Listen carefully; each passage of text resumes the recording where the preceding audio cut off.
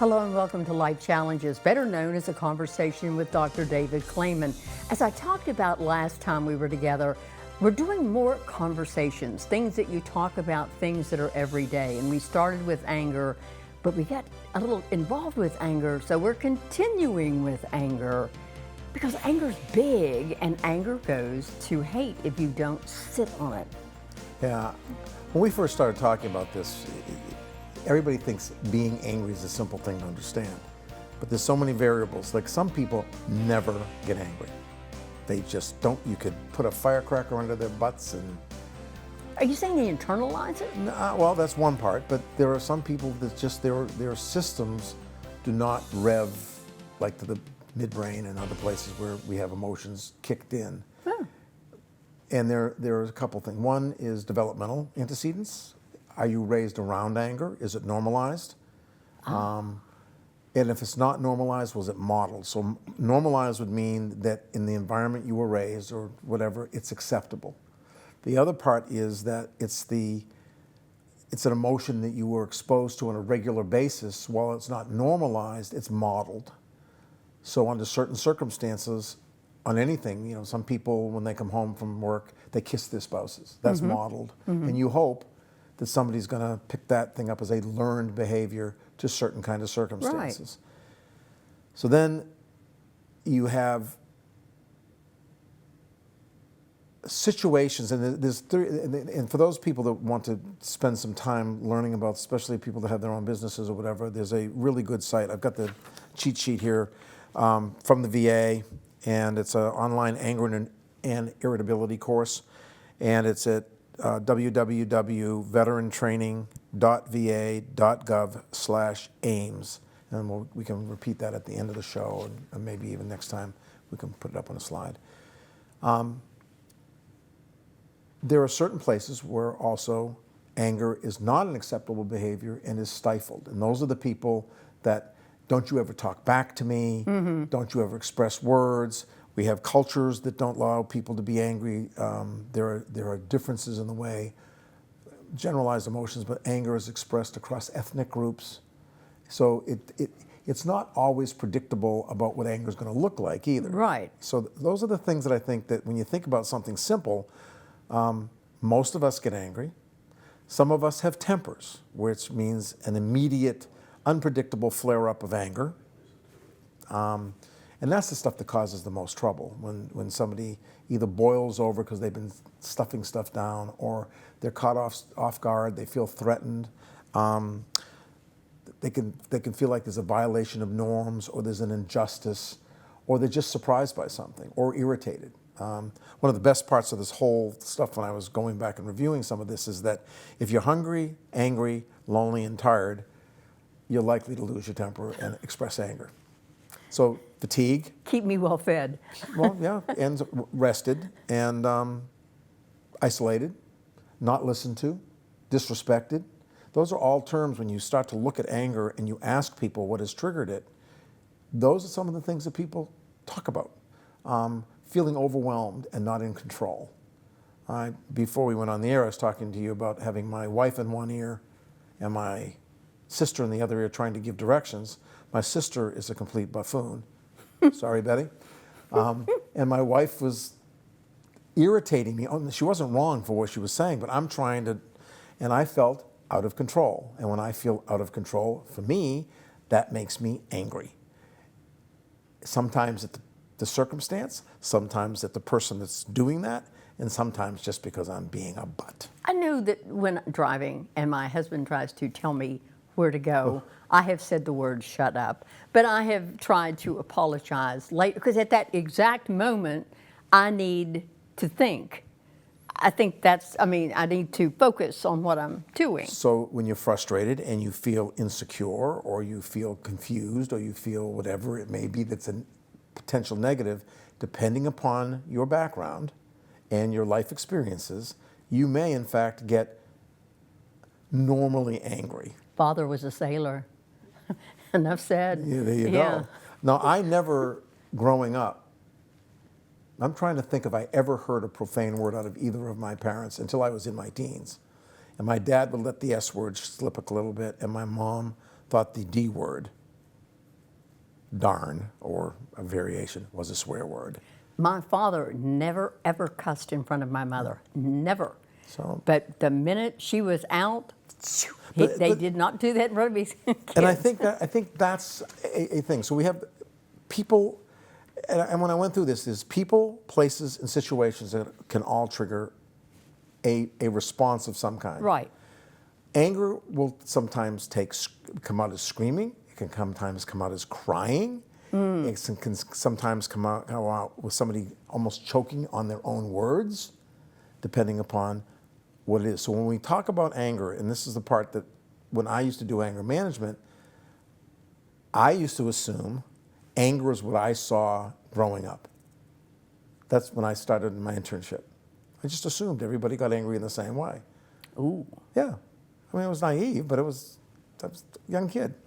So anger in our house was go to your room, wait till your father comes home, and that's displacement. That you turn on the response.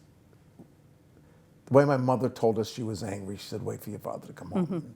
And we'd all wait and cringe in the kitchen, and we'd hear the car come in the driveway, and we'd take a deep breath, and we'd wait to see what would happen. That's really Leave It to Beaver, you know? I mean, Hey, this is 1940s. that is going 50s. back, yeah. So when you're not taken seriously, when people are being rude or they are intrusive, so I want people when they're hearing this, how do you respond to people that you determine to be rude? Even if the person doesn't mean to be rude, you read it that way. So there's one of the management techniques is learning how to understand perceptions and look at your own misinterpretations. True. That's one piece. People joking about serious subjects or making an ethnic slur and say, oh, I didn't really mean it, can have somebody have a negative reaction, but they may not express anger, but they start having a perception of that individual that is now tainted. So somebody would make an ethnic slur, religious, racial, whatever.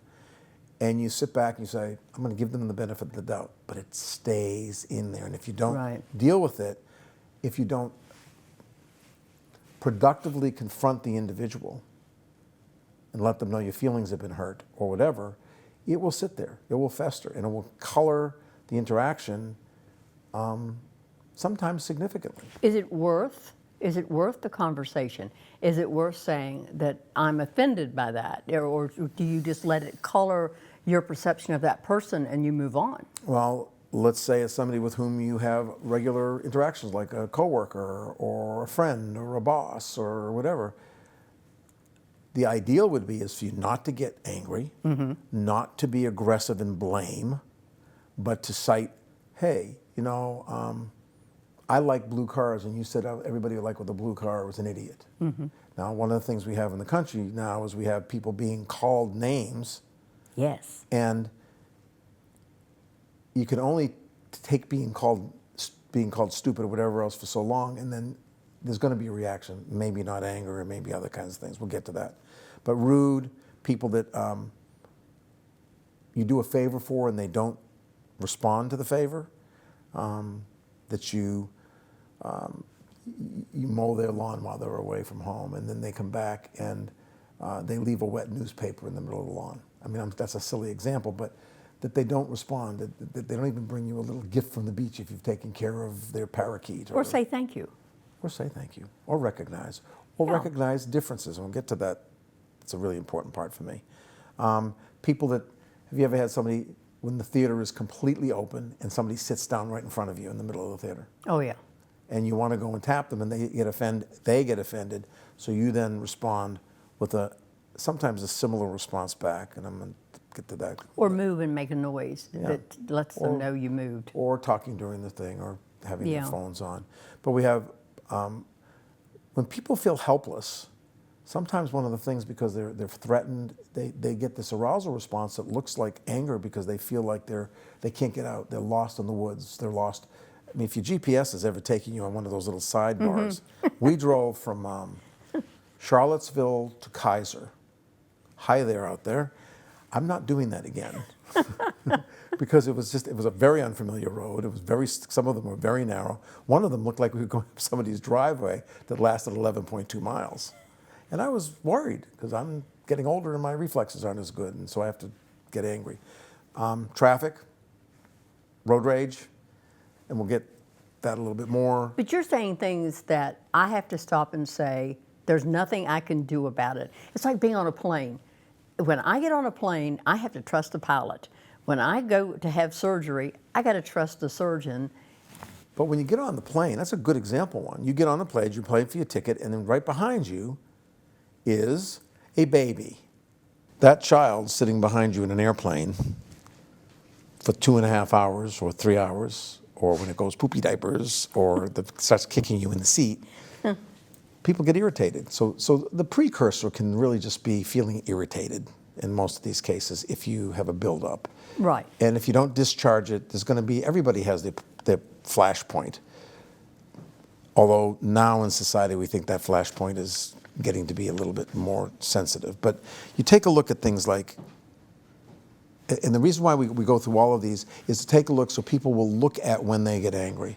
I get angry. I had a profane string that I used to do when I would lose something, I couldn't find it, or I was frustrated, and I'd SF, and I think I might have mentioned it last time, I've stopped. I don't get angry anymore. I do not get angry about those circumstances anymore at all. I think there's also an age component.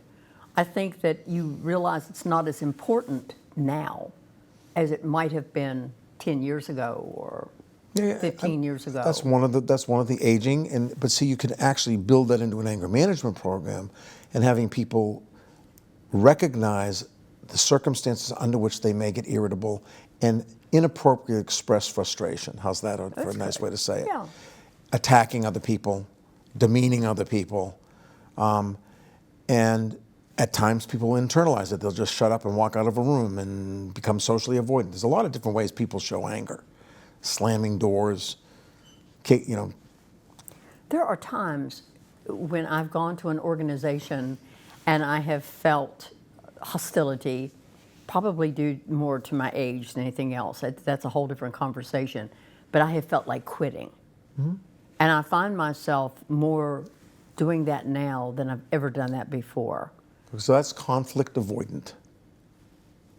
And we have a whole bunch of people that are conflict avoidant who actually maybe should not run away from conflict all the time, but learn adaptive behaviors that will allow them to express their distress, use it to further, and this is a little bit idealistic at times, but wait till things cool off. I mean, we have the old count to 10 or count to 20 or whatever you've been trained to do.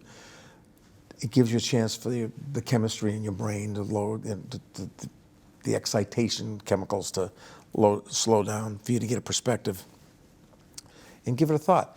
With my stuff, I just get frustrated with things that don't go the way they're supposed to. And this week, my computer decided all by itself to take away all the headers, which I have my company logo, off my documents. I couldn't figure out, and I started getting really frustrated. So what I've learned over the past couple of years is I only have a certain amount of energy. This is a hint for all you old folks out there. I only have a certain amount of energy, and why am I going to waste it getting angry at something that will not respond to my anger? Right. And then you do cognitive restructuring. You think about things, cognitive behavior therapy, or cognitive restructuring, or reframing. All of those are compensatory skills. The one thing I have found that if my computer acts up or if something doesn't go right, if I walk away from it, now in that case, I walk away from it, give myself a chance to clear out, then I can go back to it with a clear mind. Or I can look it up. I mean, I can do some homework before I go back to it. Those are great coping skills, by the way. They're the smart way to handle it, because you can't get angry at your computer because it'll probably talk back to you and tell you it's going to shut itself off. Just go the blue screen. Yeah. So I think just understanding that the idea that anger is an exaggerated form of being irritated or being frightened, because sometimes people respond to that when people if somebody's playing a joke on you and they scare you, what do people do? They get angry.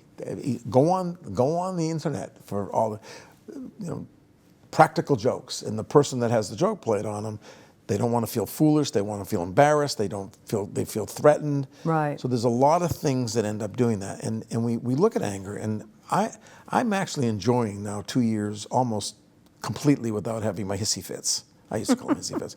And if you see me, you will see me going, well, out loud I say the following. I really don't know where it is. Let me, David, go in the house and look. And I walk through, and son of a gun, I am now batting 98% of finding what I've lost or I can't find.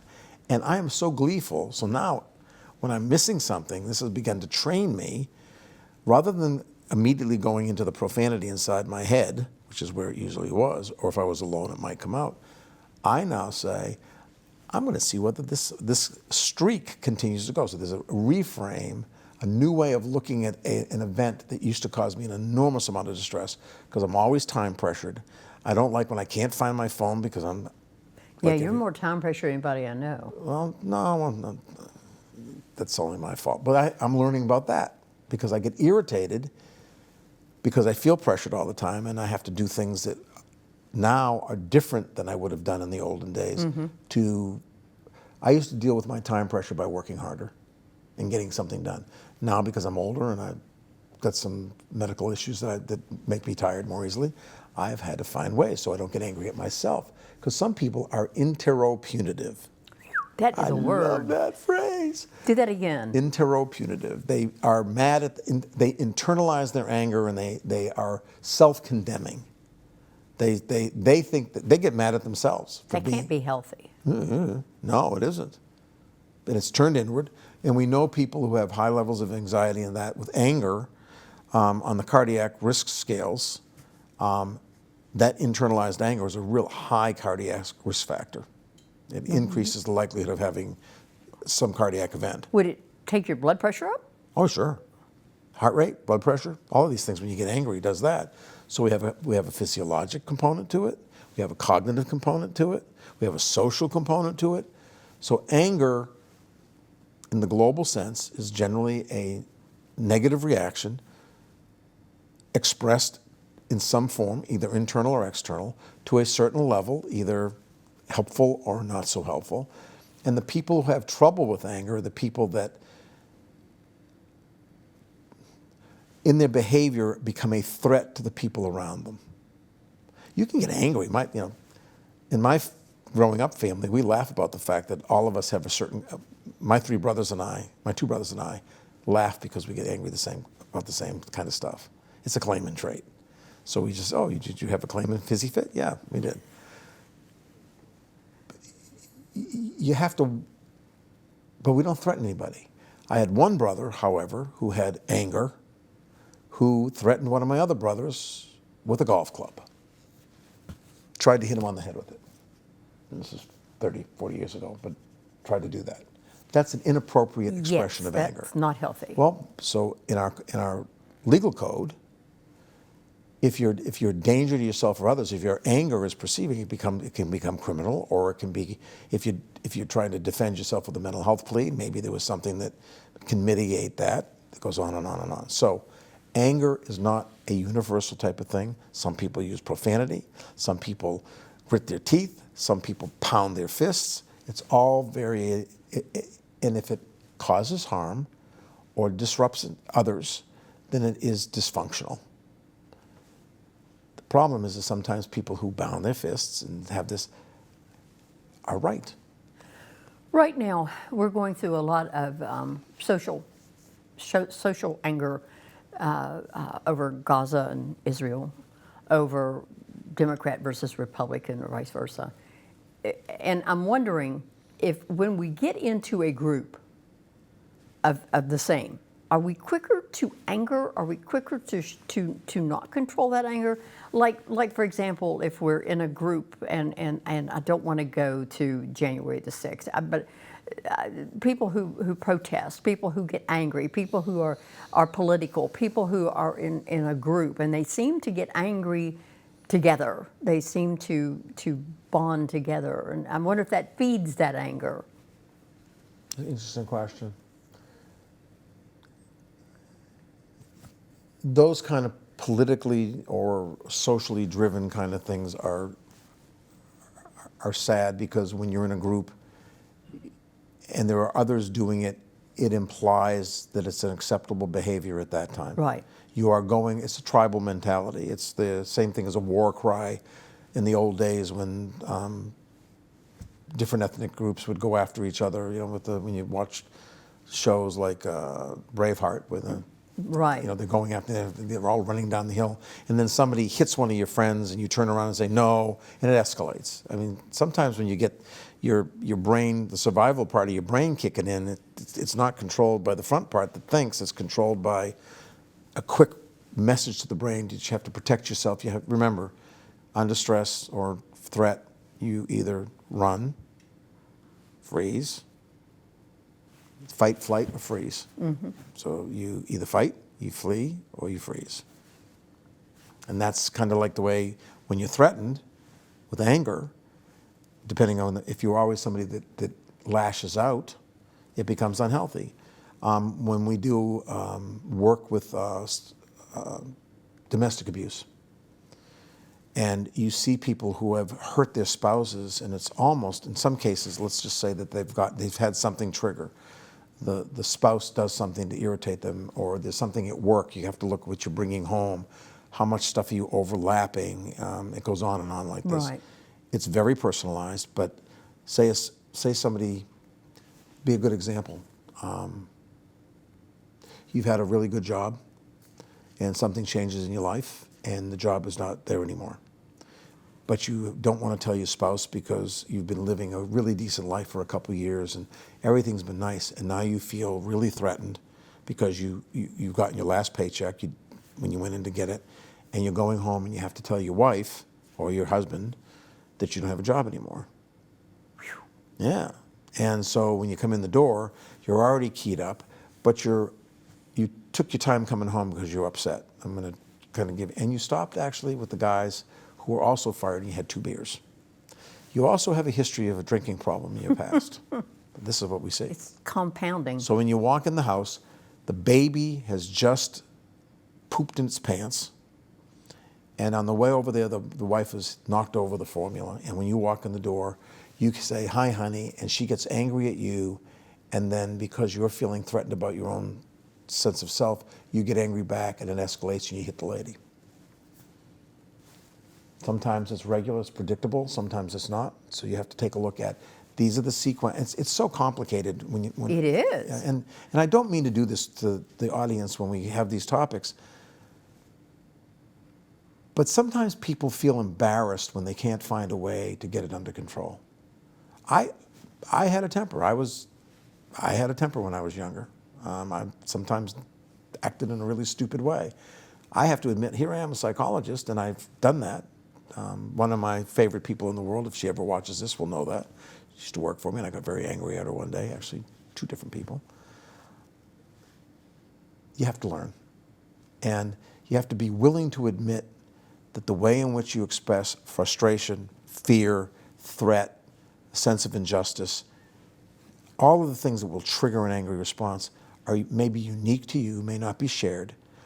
You also have to understand that when you're upset about something, and all of the political unrest, wherever it is, whatever side you take, people are just generally angry at the unpredictability of the world, the failure to be heard, the failure to feel that they're understood, that they're respected, all that. So that's a base. And then when you take people who are protesting in New York or in Boston or one of the college campuses, there has to be like with an explosive, you have to have the cap on the dynamite stick. Well, right. There has to be something like that to ignite it. And the more people share that antagonism and that frustration, the more likely that it's going to go off. It's not likely if you're sitting with a political group that agrees with you. I won't bring up. I'm trying to think. Getting rid of income tax. We'll just use that as one of the examples. There's some people that think it's the greatest idea since we started printing money. On the other side, there's people that think it's really stupid. Mm-hmm. So if you're with a group of people that are talking about income tax, do they get mad? No. Do the people who think we should have an income tax? No. But if you put the two together, then you start arguing and you get frustrated. You feel disrespected. You feel like you're not heard. You feel threatened, maybe because of your perception of things and your unique experiences. And now, when you bring the differing sides together, the likelihood of in quotes, an explosion increases. So we have the big stuff with rallies, it's already emotionally charged. If you look at the boats in Paris where there's a celebration and everybody's happy and they're waving their flags because they're happy, the likelihood that you're going to have anything bad happen in that will not, in that thing.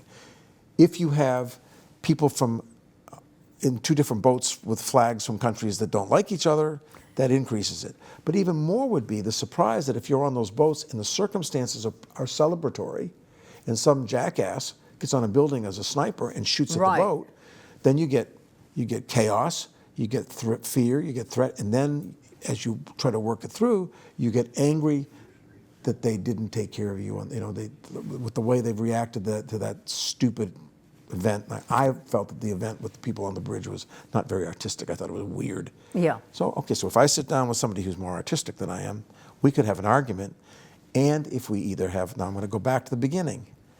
If I already have a negative view of you because of something you said, and you say, oh, I thought that was the best thing ever, what do you think that's going to do to my response back to you about, if I've already thought you're a dumbhead, and you say something like that, my likelihood to say something to you that might piss you off, might occur. So we need to learn to discuss. We need to hold it in. I mean, again, sometimes it's worth letting it go.